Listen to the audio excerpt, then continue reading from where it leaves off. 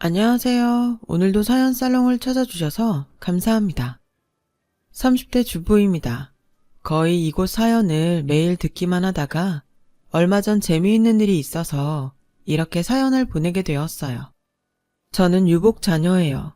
엄마가 저를 임신했을 때 아빠는 건설 현장에서 노동일을 하시며 생계를 책임지셨죠. 매서운 추위가 한창인 어느 날 현장에서 불가피한 사고로 아빠는 제 얼굴도 보지 못한 채 하늘나라로 가시게 되었어요. 엄마는 평소처럼 출근했던 남편의 비보를 듣고 거의 실신하다시피 쓰러지셨고, 그 충격으로 저는 10개월을 채우지 못하고 1.9kg이라는 작은 체구로 태어났어요. 그 당시 흔하지 않았다는 인큐베이터에서 겨우 생명을 건질 수 있었다고 해요. 물론 돈 때문에 살던 집 보증금도 빼는 어려움이 있었지만요. 그 후 오갈 곳 없어진 엄마와 저를 살려준 것은 아빠와 친했던 현장 동료들이었는데요. 엄마는 제대로 몸조리도 하지 못했지만 아빠 동료들의 도움으로 건설 현장에서 밥을 짓는 한밭집 일을 하시게 되었어요. 거의 집이라고 할 수 없는 창고 같은 방이 하나 있었습니다. 엄마는 고민 끝에 저를 외갓집에 보냈어요. 그리고 당신은 돈을 벌기 위해 몸이 상하는지도 모르고 일을 하셨어요. 그리고 제가 3, 4살 정도가 되었을 때는 매번 바뀌는 건설 현장 때문에 한밭집 일이 쉽지 않다고 생각하셨고, 다른 먹고 살 방법을 생각하시는 중에 얼핏 보기에 중년의 나이로 보이는 여자분이 도배하는 것을 보고 저거다 하고 무작정 도배 일에 뛰어드셨어요. 당시 엄마는 아마도 도배는 기술직이고 기술이 있으면 어디서든 굶지 않을 거라고 생각하신 듯 했죠. 당신보다 나이가 많은 여자분이 일하는 모습에 더욱 자신의 장래를 생각해 도배 일을 배우고 싶었다고 훗날 엄마는 말씀하셨어요. 그 후 아침부터 점심까지는 한밭집 일을 계속하셨어요. 오후 늦게부터 저녁까지는 그 여자분을 따라 도배와 미장일을 배우러 다니셨는데요. 처음엔 기술이라 그 여자분이 가르쳐주지 않겠다고 하셨다나 봐요. 하지만 엄마는 죽기 살기로 그분에게 매달리셨대요. 저희 모녀의 사정을 다 들은 그분이 엄마의 간절한 손을 잡아주셨어요. 저희 모녀에게는 은인이 아닐 수 없죠. 그렇게 제가 초등학교에 들어갈 무렵 엄마는 어엿한 도배와 미장 기능사가 되셨고, 일을 가르쳐주신 여사님도 엄마의 열정과 또 꼼꼼함에 놀라며 그때부터는 본격적으로 여사님과 고정적인 파트너가 되어 일을 하기 시작하셨어요. 사람이 절실하면 아무도 따라올 수가 없다고 하던데 엄마는 조금 과장해서 마치 도배와 미장일을 하기 위해 태어난 사람처럼 일을 그렇게 잘하실 수가 없었다고 해요. 그리고 그 소문은 순식간에 퍼져서 제가 중학교에 갈 무렵에는 여사님의 권유로 작은 가게를 여시게 되었어요. 엄마는 자기 사업체를 가진 사장님이 되었던 거죠. 비록 큰 규모도 아니고 데리고 다닐 수 있는 기술자도 많지 않았지만 일단 손이 빠르고 꼼꼼한 엄마는 혼자 여러 명의 몫을 하고도 남는 사람이었고, 이런 일은 인건비가 공사대금의 많은 부분을 차지해 엄마에게 일을 맡긴 고객들은 좋아하시며 여기저기 엄마를 소개해 주셨어요. 그 덕에 엄마는 거의 매일 쉬지 않고 일을 하셨어요. 저는 그런 바쁜 엄마를 돕기 위해 철이 빨리 들 수밖에 없었는데요. 엄마 눈에는 철이 빨리 든 딸이 안쓰럽게만 보이셨나 봐요. 그래서 엄마는 저를 위해서 더 많은 일을 하셨죠. 엄마의 일이 늘어나면 늘어날수록 엄마의 성격은 나날이 괄괄해지고 여장부가 되어 가셨어요. 어릴 적 외할머니에게 듣기로 엄마는 결혼 전까지 그렇게 수줍음이 많고 소극적일 수가 없다고 했는데, 아마도 추측하건대 거친 현장에서, 그것도 건장한 남자들과 섞여 일을 하다 보니 엄마의 소극적인 성격도 변하게 됐던 것 같아요. 그리고 제가 크면서 무엇보다 엄마에게 고마웠던 점은 항상 일 때문에 바쁘고 힘들어도 언제나 저와 함께 저녁을 먹기 위해 퇴근 시간만큼은 꼭 지켜주셨다는 거였어요. 엄마는 당신이 아무리 바빠도 제가 항상 첫 번째라고 하셨고, 그렇기 때문에 늘 언제나 저에게 관심을 갖고 학교에서 어떤 일이 있었는지, 요즘은 무슨 고민을 하는지 알고 싶어 하셨어요. 그리고 한 번은 밥을 먹는데 이런 말씀을 하셨죠. 지영아, 엄마가 매일 열심히 일하는 이유가 뭔 줄 알아? 우리 지영이 잘 키우고 싶어서야.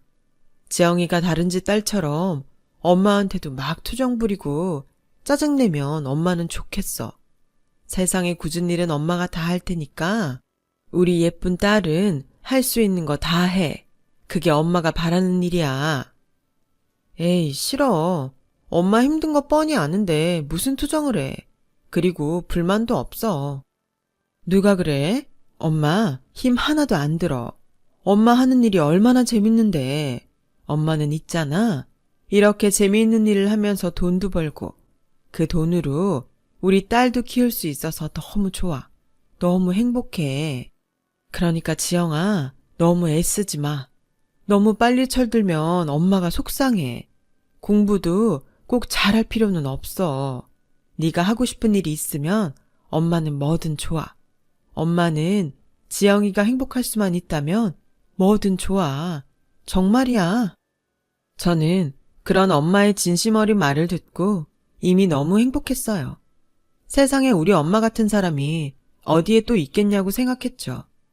이미 철은 들어버렸지만 엄마를 생각해 애교도 떨고 가벼운 투정도 부리면서 저는 사춘기 시기도 없이 청소년기를 보냈어요. 물론 공부도 나름 열심히 했어요. 그게 꼭 우수한 성적이란 결과를 가져온 건 아니지만요. 그래서 저는 서울에서 조금 떨어진 대학에 들어갔어요. 그래도 제가 공부하고 싶었던 유아교육과에는 들어갈 수 있었고, 엄마는 제가 하고 싶은 공부를 하는 거니 학교가 서울에 있건 경기도에 있건 아무 상관이 없다며 저를 칭찬해 주시고 아는 사람들에게 자랑까지 하시는데 제가 참 민망하더라고요. 하지만 내심 그렇게 좋아하시는 엄마의 모습에 저 역시도 기분이 참 좋았죠. 마음속으로 얼른 돈 벌어서 우리 엄마 호강시켜드려야지 하는 목표를 세우게 되었는데요.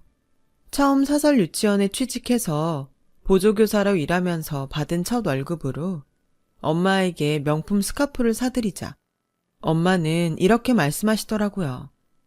내가 이 상표가 뭔지는 모르겠는데 비싸 보인다. 엄마는 이런 거 싫어. 엄마 이거 들고 나갈 데도 없어. 가서 환불하자. 네 월급이 얼마나 한다고 이런 걸 사와. 엄마, 이거 비싼 거 아니야. 1,000쪼가리가 비싸봤자지. 그냥 아무데나 막 하고 다녀. 그래? 이거 진짜 안 비싸? 그렇다니까. 사람 민망하게 하지 말고 얼른 목에 둘러봐. 너 진짜지? 거짓말하는 거 아니지? 근데 무슨 깍대기가 이렇게 있어 보이냐? 이 사람들 상자값도 가격에 포함하는 거 아니야? 그렇게 엄마는 저의 착한 거짓말에 괜히 상자에 화를 내시며 제가 선물한 스카프를 매일 목에 두르고 다니셨어요. 뭐 나중에 누구한테 들었는지 명품이라는 소리를 들으시고 펄쩍 뛰시긴 했는데 이미 중고가 돼버린 그걸 어쩌겠어요. 엄마는 하는 수 없이 그제야 그 스카프를 마치 신주단지 모시듯 애지중지 하셨는데 사실 지금도 귀하다며 중요한 자리에만 그걸 목에 두르세요. 아무튼 이렇듯 저와 엄마는 세상에 단 둘이기 때문에 특별했고 애틋했어요. 그래서 저는 결혼 같은 건 생각도 하지 않고 평생 엄마와 살겠다고 생각했었어요. 하지만 사람의 인연이란 게 제가 마음먹은 대로는 되지 않더군요.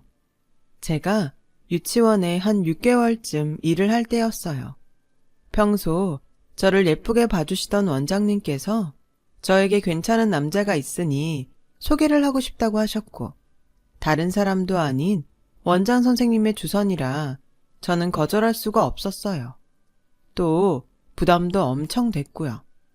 그래서 고민하며 적당히 거절할 구실을 찾고 있었는데 그런 제 모습을 엄마는 수상하다고 여기셨어요. 너 무슨 고민 있어? 아까부터 뭐 마려운 강아지처럼 끙끙거린다. 내가 언제? 괜히 엄마는 생사람 잡아. 내가 눈치가 얼마나 빠른데. 뭔데 그래? 좋아하는 남자라도 생겼어? 아니야. 진짜 헛다리 짚는 데는 선수라니까.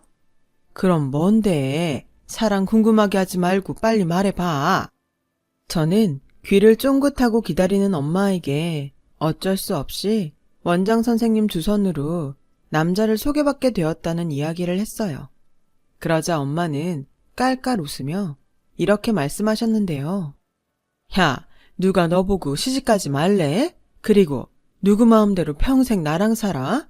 엄마도 좀 혼자서 편하게 살아보자. 늦가기엔 엄마도 연애도 좀 하고 그래야 하지 않겠어? 헐, 정말 그런 생각을 하고 있었어? 나는 뭐 평생 너만 키우다 늙어 죽냐? 그러니까 괜히 만나지도 않았는데 끙끙거리지 말고 가서 만나보고 사람 괜찮으면 연애도 해. 뭐 내친 김에 결혼해도 돼. 엄마는 그렇게 빨리 나를 시집 보내고 싶은가 봐. 완전 서운해. 오바하긴? 너 아직 그 남자 얼굴도 못 봤잖아. 근데 꼭 금방 시집갈 사람처럼 말한다. 혼자 김칫국을 너무 마시는데. 엄마, 이제 엄마랑 말 안 해. 저는 그렇게 엄마랑 이야기하다 제가 쓸데없는 고민을 하고 있다는 것을 깨달았어요. 원장 선생님이 주선하는 소개팅 자리에 나가게 되었죠. 그곳에서 저는 제 인생을 바꿔놓을 인연을 만나게 되었어요. 물론 처음부터 그랬던 건 아니었고요. 서로를 알아가기 위해서 몇 번 데이트를 했는데 사람이 만나면 만날수록 괜찮더라고요. 엄마는 김칫국이라고 했지만 실제로 이 남자가 지금의 제 남편이에요. 남편은 생긴 것도 반듯하게 생겼고 배려심이 많아 항상 저를 만날 때마다 제가 불편한 것이 없는지 확인하는 사람이었어요. 그리고 언제나 저에게 가장 좋은 것을 양보하는 사람이었는데요. 태어나 아빠라는 존재를 모르고 산 저였기에 남편의 그런 모습은 제 마음을 흔들고도 남았어요. 다행히 남편 역시 저를 결혼까지 생각할 만큼 많이 좋아해 주었고요. 하지만 이렇게 사랑이 깊어질수록 저는 걱정이 하나 있었는데요. 원장 선생님한테 살짝 들은 것도 그렇고 남편에게 듣기로 남편의 집은 뭐랄까 쉽지 않은 그런 집이었는데요. 미리 앞서 걱정하는 건지 모르겠지만 한부모 가정에서 커온 제가 성에 차지 않으실 것 같아 저는 남편 몰래 그리고 엄마 몰래 쏘가리를 해야 했어요. 처음 남편의 집에 인사를 가던 날 저의 그런 불길한 예감은 틀리지 않았어요. 엄마, 아버지, 제가 먼저 말씀드렸던 여자친구예요. 안녕하세요. 임지영이라고 합니다. 그냥 단순히 인사를 드렸을 뿐인데 들려오는 어떤 대답도 없었어요.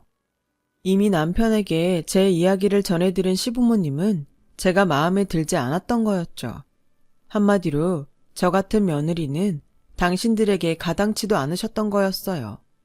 시부모님은 아버님이 중학교 교감 선생님이셨고 어머님이 전업주부셨는데요.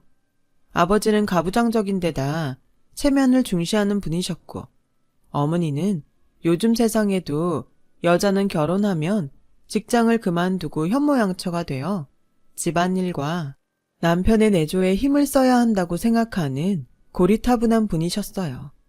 그렇게 1시간 동안 이러지도 저러지도 못하고 눈치만 보고 있었어요.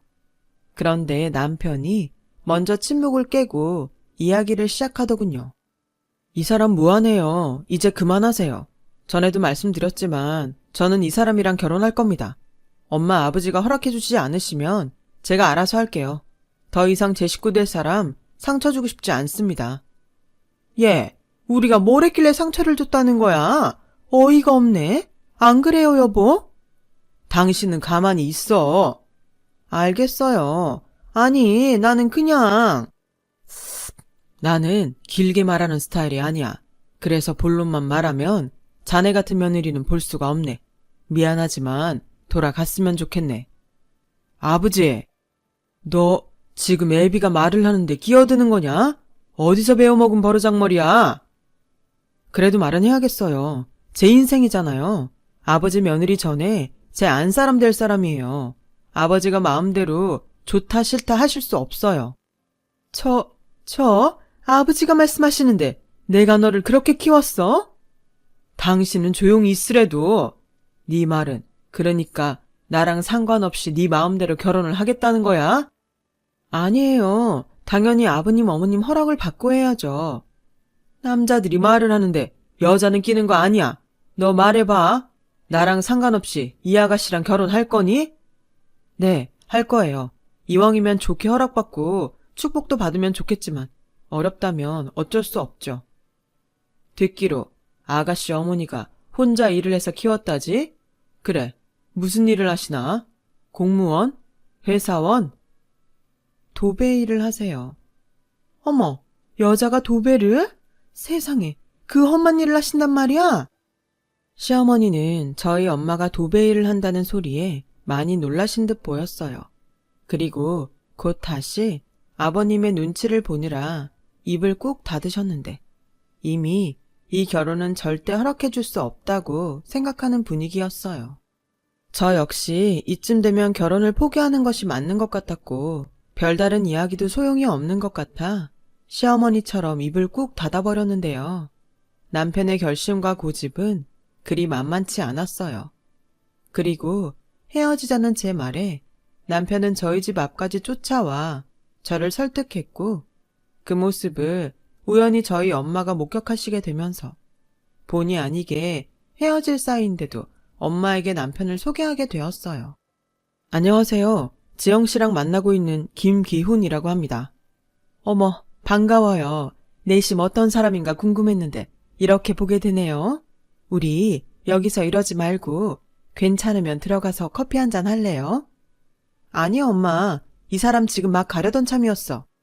아닙니다. 저야 좋죠. 제가 커피를 또 엄청 좋아합니다. 그래요? 나도 엄청 좋아하는데 우리는 초면이지만 아주 잘 맞을 것 같네요. 들어와요. 그렇게 남편은 저희 집에 들어갔고 뭐가 그렇게 재밌는지 깔깔거리며 엄마랑 이야기를 이어가는데 하도 그 상황이 어이가 없으니까 웃음이 나오더라고요. 그런데 또 그 모습을 저희 엄마가 아주 귀신처럼 보셨고 남편과 죽이 잘 맞아 장모님과 김서방이 되었어요. 그리고 남편은 저희 엄마를 보고 더욱 더 이 결혼을 해야겠다고 마음을 먹었다고 하더라고요. 부모님을 설득할 테니 저에게 조금만 기다려달라고 했어요.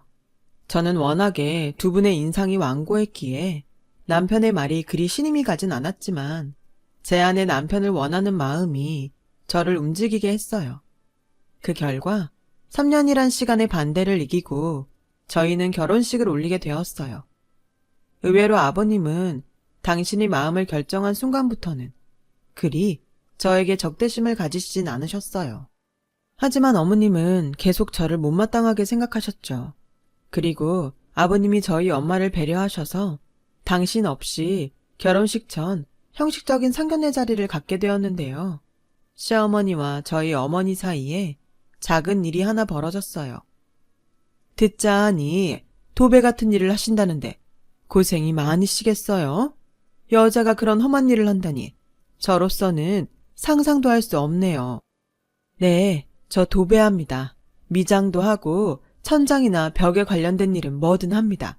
쉬운 일이라고는 할 수는 없겠지만 그렇다고 걱정하시는 것처럼 험한 일은 아닙니다. 괜찮습니다. 그래요? 뭐 그렇게 말씀하시면 저야 달리 할 말은 없고요. 본론으로 넘어가서 저희는 초대할 손님도 많고 결혼식장을 좀 좋은 곳으로 정하고 싶은데 혹시 생각하시는 곳이 있을까요? 저는 최대한 저희 쪽 수준은 맞춰주셨으면 하는데요. 수준이요? 뭐 알아서 정하시면 저야 반대하지 않겠습니다. 손님이 많으시다고 하니 사돈께서 좋은 곳으로 골라보세요. 아니, 무슨 시장에서 물건 사는 것도 아니고 골라보라 하십니까? 그리고 반대하지 않겠다고 하시니까 제 기분이 좀 그렇네요. 제가 뭐 사돈한테 허락을 받는 것도 아닌데. 아, 어디서 어떻게 기분이 나쁘신지는 모르겠지만 기분 나쁘라고 한 말은 하나도 없습니다. 오해하지 마세요. 그리고 저는 딱 한 가지 부탁드리고 싶은 게 있는데 애들 결혼에 있어서 쓰지 않아도 될 돈은 좀 아끼고 싶어요. 그 돈으로 애들 사는데 보태주는 게 더 나을 것 같은데 어떠십니까? 아니, 결혼하는데 쓰지 않아도 될 돈이 있나요? 설마 예단 비용을 말씀하시는 건 아니시죠? 예단을 포함해서 말 그대로 애들 살림에 도움되지 않는 비용은 쓰고 싶지 않아서요. 예물도 그렇고 차라리 그 돈을 아껴서 애들 살림살이에 더 보태주는 게 저는 좋을 것 같습니다. 글쎄요, 저는 생각이 좀 다른데요. 형식적인 건 그래도 지켜주셨으면 좋겠습니다. 참으로 팽팽했던 양쪽 어머니의 기싸움이었어요.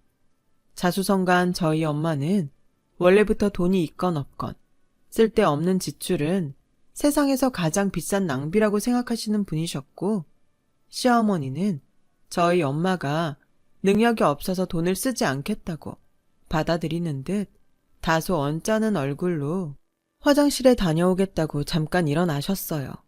저는 그 틈에 엄마에게 그냥 적당히 타협하시라고 말을 했고, 시어머니의 마음도 좀 헤아려 드리는 것이 좋을 것 같아서 화장실에 가보았는데요.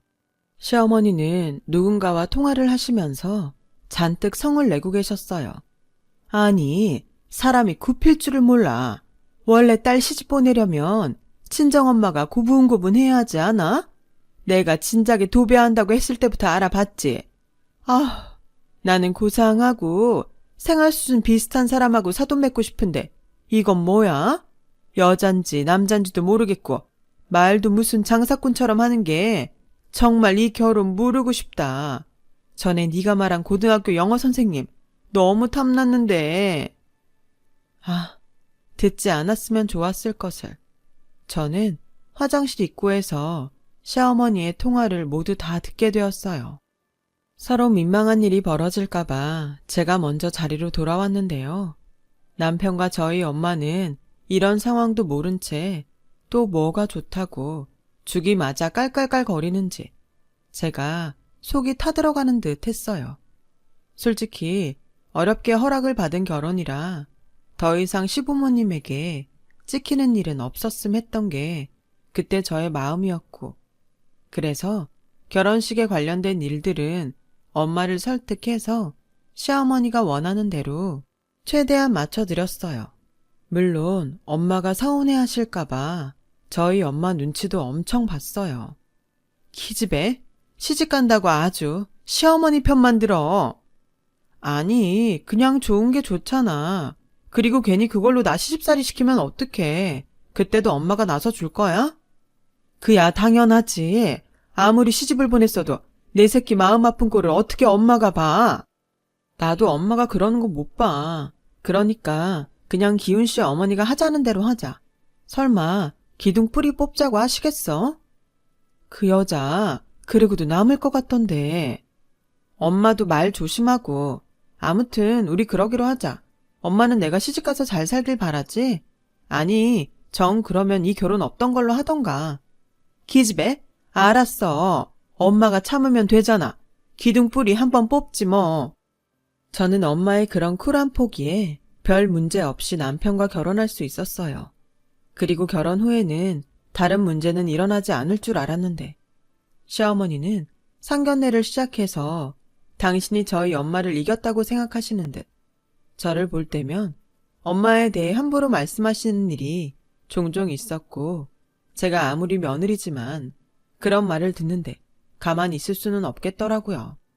니네 엄마는 그렇게 험한 일하면 술도 마시고 같이 일하는 남자들이랑도 서슴없이 지내지? 남편도 없으니 무서운 것도 없으실 거야.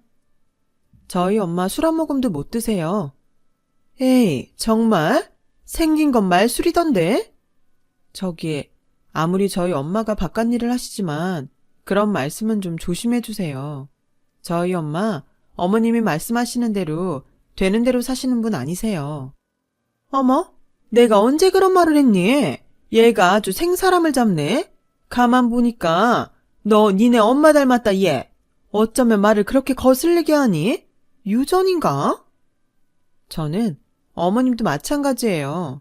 라는 말을 하려고 했는데 갑자기 초인종 소리가 나는 바람에 그 말을 참아 못했어요. 그리고 그 후에도 시어머니는 종종 저희 엄마에 대해 이러쿵 저러쿵 말씀을 함부로 하셨고 제가 뭐라고 할라치면 알았어 발끈하지 마. 넌 무슨 여자애가 그렇게 다혈질이니? 내가 네 시어머니인데 네 눈치를 봐야겠어? 라는 식으로 되려 자기가 먼저 화를 내더라고요. 방귀 낀 사람이 성을 낸다고 어처구니가 없었어요. 하지만 내심 저는 시어머니가 저러는 것을 한편으로는 이해하기도 했어요. 물론 적당히 선을 넘지 않았을 때까지요. 시어머니는 평소 시아버지의 말과 행동도 그렇게 눈치를 보며 사셨어요. 시아버지와 함께 있는 자리에선 당신의 입으로 하고 싶은 말도 제대로 하지 못하며 근 40년을 사셨죠. 아들 역시 엄마인 당신 말을 듣지 않으니 가장 만만한 저한테 나름 갑질을 하시며 그 스트레스를 풀고 싶으셨던 것 같아요. 하지만 앞서 말했듯 선을 넘지 않으면 몰라도 이렇게 저희 엄마에 대해 함부로 말하는 것까지 제가 참을 수는 없고 제가 몇 번 발끈하자 시어머니는 본능대로 제 눈치도 살짝 보시게 되셨죠. 그런 당신을 발견하면 또 그게 자존심이 상하셔서 저에게 또다시 시비를 걸어오셨어요. 그리고 제가 다니던 유치원을 그만두면서부터는 사소한 일에도 저에게 며느리니까 해야 한다며 호출하셨어요. 당신 집안일을 시키면서도 살림을 가르쳐 주시는 거라면서 이유 같지 않은 이유를 갖다 붙였고요. 그리고 얼마 전 이렇게 사연을 보내게 된 진짜 사건이 하나 일어났는데요. 시작은 시댁집 천장에 누수가 발생한 일이었어요. 저희 시부모님은 20년 된 40평대 아파트에 지금도 살고 계세요. 지금은 아니지만 당시 그 아파트가 동네에서 가장 좋은 아파트였다며 입에 침이 마르도록 자랑을 하셨었죠. 위층의 보일러 고장으로 거실 천장에서 워터파크 마냥 물이 줄줄 흘렀고 그 일로 한바탕 난리가 났었어요. 위층에서는 당연히 당신 집의 문제이니 보일러를 고치고 또 시부모님 집 천장 도배를 해주시겠다고 약속을 했는데 이게 말이 쉽지 참 어려운 일이더라고요.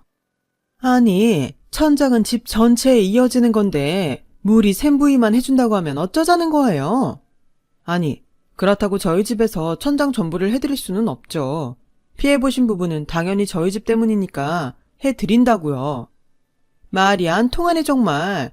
그러지 말고 해줄 거면 전부 다 해줘요. 사람들이 미안하다고 하면서 양심이 없네. 그깟 도배 얼마나 한다고?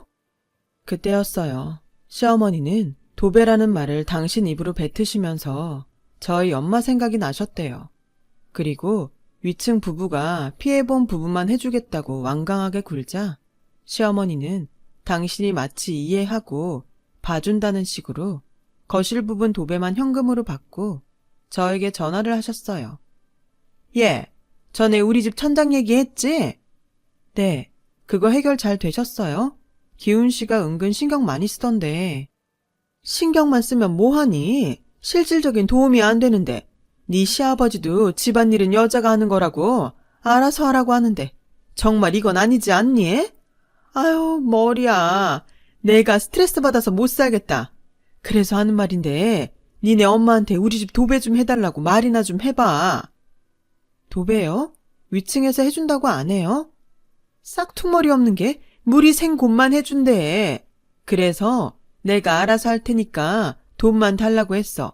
그러니까 네가 말 좀 잘해서 이참에 우리 집 도배 좀 싹 다 해달라고 부탁 좀 해봐. 싹 다요? 너 왜 자꾸 사람 같은 말 시키니? 비용은요? 야, 가족끼리 그렇게 돈 해야겠니? 그깟 돈 얼마나 한다고? 사돈집 돈까지 받아야 해. 어머님 말씀대로 그깟 돈 얼마나 한다고 공짜로 해달라세요? 뭐? 너 정말 나랑 해보자는 거야? 이래서 없는 집에는 안 되는 거야. 엄마도 그렇고 딸도 쫌스럽다니까. 됐다. 내가 니네 엄마한테 직접 말하마. 시어머니는 그렇게 화를 내시고 전화를 끊었어요. 아니, 사람이 공짜로 부탁을 하면서 뭐 일이 당당하죠? 그리고 매사 우리 집은 없는 집이라고 무시하고 당신은 있는 집이라고 그렇게 과시하더니 왜 있는 집에서 없는 집 도움을 받으려고 하는지 저는 황당하다 못해 성질이 났어요. 그래서 시어머니가 먼저 선수치기 전에 얼른 엄마에게 전화를 걸었죠. 시어머니 집 누수 문제와 조금 전 통화 내용까지 모조리 다 엄마에게 말을 했어요. 그러자 니네 시어머니 진짜 어이없다. 그깟 도배 내가 공짜로 해줄 수는 있는데 니네 시어머니 심보에 놀아날 수는 없지. 내가 이번 기회에 네 시어머니 기 한번 제대로 꺾어야겠다. 너 김서방한테 아무 소리 하지 말고 모른 척해. 저는 엄마에게 시어머니가 부탁을 해도 거절하라고 말했는데 엄마는 도리어 저에게 걱정하지 말라며 모른 척하라고 하셨어요. 그리고 일주일 후 시어머니는 저희 엄마가 집 도배를 해주신다고 약속했다며 도배 날짜를 알려주셨어요. 그래도 네가 딸인데 그날은 네가 와서 엄마를 도와야 하지 않겠니? 자기 집 일을 해주러 저희 엄마가 오시는 건데 이럴 땐 또 딸인 제가 엄마를 도와야 한다니. 아무리 어른이고 제 시어머니지만 사람이 참 밉상이었어요. 그래서 일단은 엄마가 시킨 대로 알겠다고 대답했고 대망의 그날이 되었는데요. 엄마는 평소 함께 일을 하던 사람들을 전부 시댁에 집합시키셨어요. 그리고 체구는 가장 작지만 누가 봐도 저희 엄마가 대장처럼 여기저기 지시를 했고 가장 높은 곳에서 기다란 받침대 위에서 마치 춤을 추듯 거뜬히 일을 하시는데 사실 저도 엄마가 일하시는 모습은 처음 본 거라 신기하기만 했어요. 멋지기도 했고요. 어이, 명호야, 거기 끝에서 무늬를 맞추면 안 돼. 가장자리부터 무늬를 맞춰야지. 그 벽지는 수입이라 신경 써야 해. 그래, 그렇지. 알려주면 잘하면서 왜 그래? 그래서 밥 벌어먹고 살겠어? 에이, 저 이래봬도 사장님 밑에서 독립해서 이제 저도 사장입니다. 그래, 너 지난달에 좀 벌었다며? 소문 자자하더라. 그러다 금방 건물주 되겠어. 사장님 쫓아가려면 멀었죠. 저도 사장님처럼 돈방석에 한번 앉아볼랍니다. 야, 그건 뭐 쉽냐? 나 정도는 돼야지. 그러니까요. 여기 업계에서 누가 사장님을 따라가요. 도배기의 신이시잖아요. 저는 앞으로도 사장님이 오라고 하면 오고 가라고 하면 가겠습니다. 여기 너 말고도 그럴 사람 많거든? 안 그러냐? 맞습니다. 맞아요. 제가 1등으로 올 겁니다. 저는 엄마의 일하는 모습을 보고 진심으로 멋있다고 생각했어요. 그리고 옆에서 저희 엄마가 일하는 모습을 넋이 빠져서 보던 시어머니는 마치 뭐에 홀린 사람처럼 서 계셨는데 그때 저희 엄마가 먼저 다가오셨어요. 사돈, 이제 얼추 끝나가는 것 같은데 한번 확인해 보시겠어요? 사실 이 정도 평수는 저 혼자 와서 해도 되는데 제가 사돈집에 도배하러 간다고 하니까 제 밑에서 일했던 녀석들이 죄다 몰려왔네요. 많이 어수선해도 이해해 주세요. 대신 일은 아주 빨리 끝날 겁니다. 아, 예, 딱 봐도 깨끗하고 좋네요. 그렇죠. 사실 이렇게 하려면 벽지값도 그렇고 수백은 주셔야 하는데 제가 가족이니까 화끈하게 돈 안 받을게요. 대신 우리 딸한테 잘해주세요, 사돈. 사실 저는 이 돈 안 받아도 이번 달에 많이 벌었습니다. 아니, 얼마나 버셨길래? 이건 원래 비밀인데 사돈지간이니까 편하게 말을 한다면 순수익만 이번 달에 1억이 넘어요. 어머나 세상에, 1억이요? 그것도 한 달에? 네, 저는 뭐 종종 이렇게 벌어요, 사돈. 그러지 마시고 운동 삼아서 저한테 도배 배우지 않으실래요? 우리는 가족이니까요. 남들은 돈 주고 운동하는데 이렇게 운동하면서 돈까지 버니 얼마나 좋습니까? 사돈만 좋다고 하시면 제가 노하우 다 알려드릴게요. 노년에 이만한 쏠쏠함 없습니다. 시어머니는 그렇게 저희 엄마의 말에 홀랑 넘어가셔서 요즘 도배를 배우러 다니세요. 늦게 배운 도둑질이 날 박는지 모른다고. 시아버지는 시어머니가 밖으로 돈이 노발대발하셨지만 돈맛을 제대로 본 시어머니는 더 이상 시아버지의 눈치를 보지 않게 되셨고 그야말로 예전과 완전히 다른 분위기가 되어버렸어요. 내가 이 집 가정부예요? 나도 이제 밖에 나가면 돈 벌어요. 아니 요즘 세상에 남자만 집에서 대접받으라는 법 있어요? 안 그러니 아가야? 네, 그렇죠. 요즘 세상은 아버님이 좀 이해해 주세요. 예, 이해고 나발이고 그동안 대접받고 살았으면 된 거야. 이제 당신도 집안일 좀 하고 그래요. 보니까 기훈이는 아주 잘하더만. 이렇게 저는 시어머니와 요즘 아주 친구처럼 잘 지내고 있답니다. 그리고 알고 보니 시어머니와 저희 엄마가 1살 터울이라 요즘은 사돈지간이지만 아주 중마고우가 따로 없어요. 대신 일부 시댁 집안일이 제 몫이 되기도 했지만 마음이 행복해서 그런지 힘든 건 잘 모르겠어요. 어쩌면 시어머니가 고맙다고 가끔 주시는 용돈 때문일까요? 이런 거야말로 상부상조가 아닐까 생각하게 됩니다. 언제까지고 이 관계가 계속되었으면 좋겠어요. 그런 의미로 이렇게 사연을 한번 적어봤습니다. 지금까지 길었던 저의 글 들어주셔서 감사해요. 즐거운 일, 신나는 일, 가득한 인생길 되시길 진심으로 바랍니다. 여러분, 사연 댓글에 응원과 현명한 조언 부탁드려요. 좋아요와 구독은 저에게 큰 힘이 됩니다. 오늘도 좋은 일 가득하세요.